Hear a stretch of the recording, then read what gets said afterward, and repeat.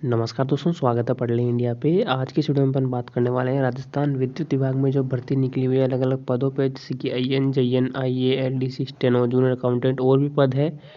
तो उन सभी के बारे में संपूर्ण जानकारी इस वीडियो में अपन जानने वाले हैं। जैसे कि इसकी एलिजिबिलिटी क्या है, कौन कौन अप्लाई कर सकता है, आप किस किस पोस्ट पे आप अप्लाई कर सकते हैं, जिस पोस्ट पे आप अप्लाई करना चाहते हैं उसका सिलेबस क्या है, एग्ज़ाम कैसे होगा, कब होगा, एज लिमिट क्या रहेगी, और ये जो अलग अलग कंपनीज है इनका क्या मतलब है, किस तरह से हो आपका इसमें सिलेक्शन होगा, वो सारी जानकारी अपन जानने वाले हैं। तो वीडियो लास्ट तक जरूर से देखिएगा, पसंद आए तो उसको लाइक ज़रूर से करिएगा और चैनल पर नया है तो उसको सब्सक्राइब भी कर लीजिए। तो दोस्तों, इसके लिए आपको डिस्क्रिप्शन में लिंक दिया गया है, वहाँ से जाके आप इस वेबसाइट पे आ सकते हैं जहाँ पे सारी जानकारी दी हुई है। यहाँ पे जैसे आप नीचे आएंगे आपको एक टेबल मिलेगा जिसमें कि सभी पोस्टों के बारे में जानकारी दी हुई है। अगर दोस्तों आपको पता है तो IN, JN, केमिस्ट और IA की जो है वो नोटिफिकेशन डिटेल वाला जारी कर दिया गया है। मैंने आपको एक वीडियो बना के बताया था कि शॉर्ट नोटिफिकेशन आया है, लेकिन इन पोस्टों के लिए डिटेल आ गया क्योंकि इनका अप्लाई जो है 24 तारीख से स्टार्ट हो जाएगा। देखिए यहाँ पे एक्टिव 24 तारीख को हो जाएगा। यहाँ पे ऑफिशियल नोटिफिकेशन पे क्लिक करके आप अपना डाउनलोड कर सकते हैं नोटिफिकेशन, और यहाँ पे सिलेबस भी दिया हुआ है उसी के अंदर। और जो LDC का स्टेनोग्राफर का और जूनियर अकाउंटेंट का पोस्ट है उनका यहाँ पे नोटिफिकेशन दिया हुआ है शॉर्ट वाला। उनका भी जैसे डिटेल में आएगा, उनका अलग से वीडियो बनाकर आपको बता देंगे। इस वेबसाइट पर शॉर्ट में डिटेल दी हुई है। अगर आपको डिटेल में जानना है तो यहाँ पे ऑफिशियल नोटिफिकेशन पे क्लिक करते हैं।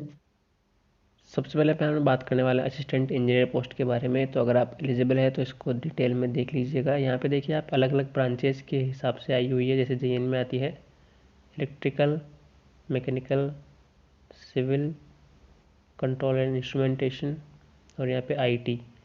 इन सभी की जो यहाँ पे फायर एंड सेफ्टी की भी है। तो इन सभी की जो क्वालिफ़िकेशन है वो आपकी डिग्री है, और अगर आपने मास्टर्स किया हुआ है तो वो भी अप्लाई इसमें कर सकते हैं। जो एज लिमिट है वो 18 से लेकर 40 साल तक है। तो 1-2 साल की छूट भी दे रखी है, और जो कैटेगरी वाइज छूट है वो भी दी हुई है SC ST वालों के लिए, अदर कैटेगरीज के लिए। यहाँ पे आप उसको देख सकते हैं, जो नीचे लिंक दिया गया है वहाँ से आप इसको डाउनलोड कर लीजिएगा। सिलेबस में आपके इसमें क्या है, पेपर के अंदर 2 पार्ट रहेंगे।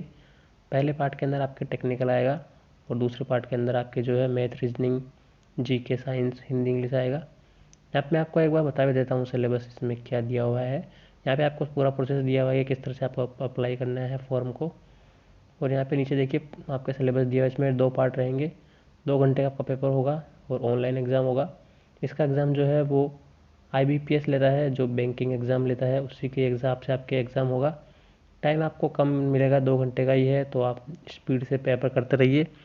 पार्ट A में 60% वेटेज रहेगा और पार्ट B में 40% वेटेज रहेगा। 60% आपके टेक्निकल और 40% जो मैथ, हिंदी, इंग्लिश और डिटेल है वो आपको हिसाब से तैयार करना है। और जो सेकंड का जो सिलेबस है वो यहाँ पे दिया हुआ है, आपको देख लीजिए सब्जेक्ट वाइज यहाँ पे दिया हुआ है।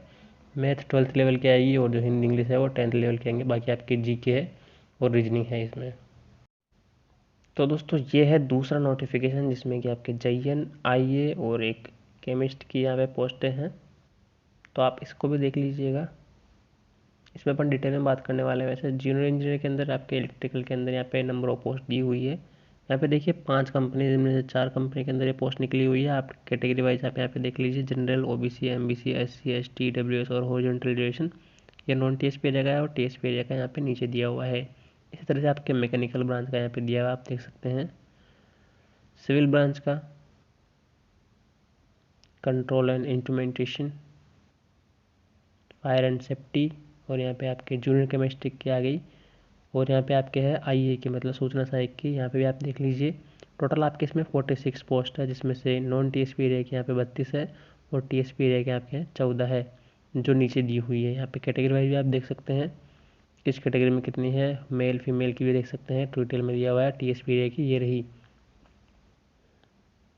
जब आप इसमें सैलरी की बात करें तो जूनियर इंजीनियर और जूनियर केमिस्ट के यहाँ पे लेवल 10 के हिसाब से रहेगी, जिसमें से आपको प्रोबेशन पीरियड के अंदर 23,700 रुपये और बाद में आपको 33,800 रुपये पर मंथ मिलेंगे। IA के अंदर आपके L8 है, जिसमें से आपका 18,500 रुपये आपको प्रोबेशन पीरियड में, और बाद में आपके 26,300 रुपये बेसिक पे आपका रहेगा 2 साल के बाद। एजुकेशन क्वालिफिकेशन की अगर बात करें तो आपके JN के अंदर जो है पोस्ट के अंदर आपके जो जिस ब्रांच से आप एलिजिबल है उसी में आपको डिग्री होना ज़रूरी है 4 साल वाली। जूनियर केमिस्ट के अंदर आपको जो है फुल टाइम जो 2 साल का आपका पोस्ट ग्रेजुएशन डिग्री आपके किया हुआ हो वो होना चाहिए। और IA के अंदर आपके पास ग्रेजुएशन होनी चाहिए हायर जो कि कंप्यूटर साइंस, कंप्यूटर इंजीनियरिंग हो आपके पास, या फिर कंप्यूटर साइंस एंड इंजीनियरिंग हो, इलेक्ट्रॉनिक्स के अंदर हो, इलेक्ट्रॉनिक्स एंड कम्युनिकेशन के अंदर हो, आईटी के अंदर हो, किसी भी जो टेक्निकल जो आपके पास बीटेक की डिग्री है कंप्यूटर साइंस या फिर इलेक्ट्रॉनिक्स या आईटी या ईसी, जिस भी ब्रांच में आप कर सकते हैं, या फिर आपके पास पॉलिटेक्निक हो 3 साल का, या फिर आप ग्रेजुएट हो, साथ साथ आपने कंप्यूटर एप्लीकेशन के अंदर किया हुआ बीसीए किया हुआ हो, या फिर आपने डोएक से नीलेट का जो ओ लेवल का कोर्स किया हुआ हो ग्रेजुएट होने के साथ साथ, या फिर आपने कोपा किया हुआ हो, या फिर और सारे सारे आप इसके अंदर जो सेकंड फेज होगा उसमें 20 वर्ड पर मिनट की आपकी टाइपिंग होगी, हिंदी इंग्लिश दोनों के अंदर होगी, और एक क्वालिफाइंग नेचर की होगी। और अदर आपकी क्वालिफिकेशन क्या है कि आपको हिंदी का नॉलेज होना चाहिए और राजस्थान कल्चर का नॉलेज होना चाहिए। एज लिमिट की बात करें तो 21 साल से लेकर 40 साल है, और जो पिछली साल ये वैकेंसी नहीं आई तो उस हिसाब से यहाँ पे छूट दी हुई है जनरल कैटेगरीज को। यहाँ पे आप देख सकते हैं कंपनी और कैटेगरी वाइज, और यहाँ पे जो अदर कैटेगरीज है SC ST उनकी जो छूट होती है 5 साल 10 साल यहाँ पे दी हुई है। फॉर्म अप्लाई करने की डेट 24 फरवरी से लेकर 16 मार्च तक रहेगी। आप इन वेबसाइट पर अप्लाई कर सकते हैं। ध्यान रखिए लेकिन इसका पेपर जो है IBPS लेगा, तो उस हिसाब से आपको तैयारी करनी है। आपके सिलेबस अभी मैं नीचे बताऊंगा आपको कि आपके क्या सिलेबस रहेगा। एप्लीकेशन फ़ीस की अगर बात करें तो यहाँ पे आपके जनरल और EWS जिनकी पारिवारिक आय 2.5 लाख से ज़्यादा है तो उनको 1600 रुपये, और जनरल EWS की अगर पारिवारिक आय 2.5 लाख से कम है तो 1400 रुपये, और साथ ही साथ अदर कैटेगरी जो SC ST OBC MBC सबके यहाँ पे 1400 रुपये है। तो इसका मतलब ये है कि अगर आप जनरल कैटेगरी के अंदर आते हैं और आपकी अगर पारिवारिक आय 2.5 लाख से ज़्यादा है तो आपको 1600 रुपये, अदरवाइज़ आपको 1400 रुपये यहाँ पे पेमेंट करना होगा, जो कि बहुत ज़्यादा है। अब बात करते हैं यहाँ पे सिलेबस के बारे में। तो आपके इसमें भी 2 घंटे का पेपर होगा जिसमें कि आपके मल्टीपल चॉइस क्वेश्चन आएंगे, ऑनलाइन एग्जाम होगा। और यहाँ पे जो पेपर है वो 2 पार्ट में डिवाइडेड है। जूनियर इंजीनियरिंग के लिए अगर बात करें तो पहला पेपर आपका जो पार्ट 1 है 2 पार्ट में डिवाइड होने के बाद पहला पार्ट आपका 60% वेटेज करेगा, दूसरा पार्ट आपका 40% वेटेज करेगा। पहले पार्ट में आपके जो टेक्निकल जो आपने डिग्री में पढ़ा है इंजीनियरिंग के अंदर वो सब्जेक्ट्स आएंगे, और साथ ही साथ जो दूसरा पार्ट है उसके अंदर math, reasoning, GK, science, Hindi, English आपके यहाँ पे आएगी। और जो बी पार्ट है उसका सिलेबस आपके यहाँ पे दिया हुआ है, reasoning, math, GK, science, Hindi, English. Junior chemist का सिलेबस भी आपके यहाँ पे दिया हुआ है जो आपने पढ़ा डिग्री के अंदर वो, और साथ ही साथ आपके ये। और जो IA का सिलेबस है इसमें आपको पता होगा 2 फेज होंगे, पहले आपका रिटन एग्जाम, दूसरे में टाइपिंग। जो पहला फेज है उसको भी 2 पार्ट में बांटा गया है। आपके 2 घंटे का पेपर होगा। पार्ट 1 में आपके 60% वेटेज रहेगा जो कि आपके टेक्निकल सब्जेक्ट्स है, जैसे DI DS जो आपके कंप्यूटर के सिस्टम है, OS और MS ऑफिस पूरा आपका, डाटा प्रोसेसिंग मतलब डिजिटल इलेक्ट्रॉनिक्स के बारे में, लेन main vein search engines graphics के वगैरह में। और यहाँ पे आपके C लैंग्वेज और उसके कॉन्सेप्ट भी दिए हुए हैं। पार्ट B में अगर बात करें तो 40% वेटेज रहेगा, math, reasoning, GK, science, Hindi, English आपकी रहेगी। इसका सिलेबस यहाँ पे दिया हुआ है। और फेज फर्स्ट पास करने के बाद फेज 2 रहेगा आपका क्वालिफाइंग नेचर का, जिसमें आपको हिंदी इंग्लिश की 15-15 मिनट के अंदर 20 वर्ड PM के अंदर टाइपिंग करनी होगी। सेकंड के अंदर दोस्तों 3 गुना अभ्यर्थियों को पास किया जाएगा नंबर ऑफ वैकेंसीज की कैटेगरी वाइज के हिसाब से। और यहाँ पे आपके एग्ज़ाम की सिटीज़ है जिसमें से आपको 3 प्रेफरेंस आपको देनी होगी। यहाँ पे आप देख सकते हैं आपको क्या प्रेफरेंस देनी है।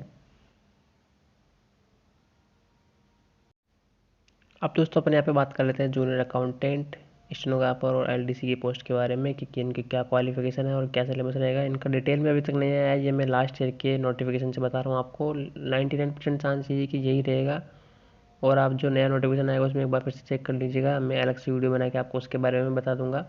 तो यहाँ पे देखते हैं अपन जूनियर अकाउंटेंट की जो आपका ग्रेजुएशन होना चाहिए BCom के अंदर, और जो अदर आपका IPCC या फिर आपने MBA किया हुआ हो या फिर आपने बिजनेस इन एडमिनिस्ट्रेशन किया हुआ हो या आप पढ़ लीजिएगा यहाँ पे। और सारे साथ आपको जो कंप्यूटर का डिप्लोमा होना चाहिए वो लेवल नीलेट से आपने CCC किया हुआ हो, कोपा DPCS का किया हुआ हो, या डिग्री की हो आपने CS के अंदर 12वीं के अंदर साइंस पढ़ा हुआ हो, या फिर कोई सा भी कंप्यूटर इंजीनियरिंग का आपके पास डिप्लोमा हो तो आप इसमें कर सकते हैं पॉलिटेक्निक का, या फिर RCIT किया हुआ हो।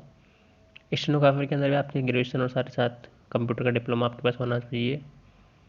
और जो ये LDC की पोस्ट है जूनियर असिस्टेंट या कमर्शियल असिस्टेंट, इसमें आपके ग्रेजुएशन और साथ ही साथ कंप्यूटर का डिप्लोमा ये आप देख सकते हैं जो सेम ऊपर थे। उसी तरह RCIT आपके पास होगा कॉमनली। अब बात करते हैं अपन सिलेबस की। तो जूनियर अकाउंटेंट के अंदर आपके 2 पार्ट में पेपर डिवाइड रहता है। पार्ट A के अंदर आपके जो सब्जेक्ट्स होते हैं जो आपने BCom MBA या फिर उसमें पढ़े होते हैं, cooperative accounting, income tax, cost accounting, theory and practice auditing के अंदर मैनेजमेंट का सब्जेक्ट्स आपके आते हैं और पार्ट बी में आपका 40% वेटेज रहेगा, जिसमें आपके math, reasoning, science, GK, Hindi, English आपकी आएगी, जिसका कि सिलेबस यहाँ पे दिया हुआ है।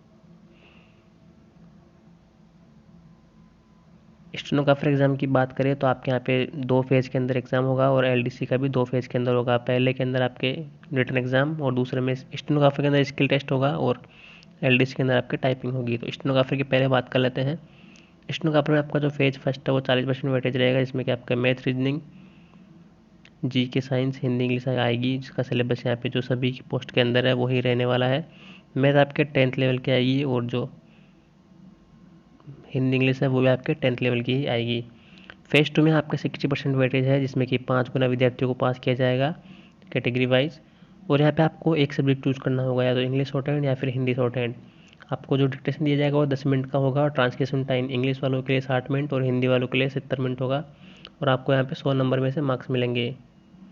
और जो डिटेल में है कि कितना एरर है वो आपका बाद में नोटिफिकेशन आएगा, वो मैं आपको, अगर आपको चाहिए डिटेल तो आप कमेंट कर दीजिए, मैं वीडियो बना के बता दूंगा। जो लास्ट ईयर रहा था उसके बारे में। यहाँ पे है एलडीसी की पोस्ट के बारे में। जो फेज़ 1 है वो आपका 40% वेटेज रखता है, इसमें वो आपके math, reasoning, GK, science, Hindi, English आएगी, उनका सिलेबस यहाँ पे दिया हुआ है। फेज़ 2 में आपके यहाँ पे 3 गुना विद्यार्थियों को पास किया जाएगा, जिसमें कि आपका टाइपिंग टेस्ट होगा। हिंदी इंग्लिश दोनों में आपको करनी होगी, 3 गुना को पास किया जाएगा, ये देखिए यहाँ पे लिखा हुआ है। हिंदी के अंदर आपको 10 मिनट की टाइपिंग होगी, 10 मिनट का एफिशिएंसी टेस्ट होगा। और इंग्लिश के अंदर भी 10 मिनट की टाइपिंग, 10 मिनट का एफिशिएंसी टेस्ट। टोटल आपके 100 नंबर का पेपर होगा, जिसका 60% वेटेज होगा। और जो पहला पेपर है उसका 40% वेटेज रहेगा।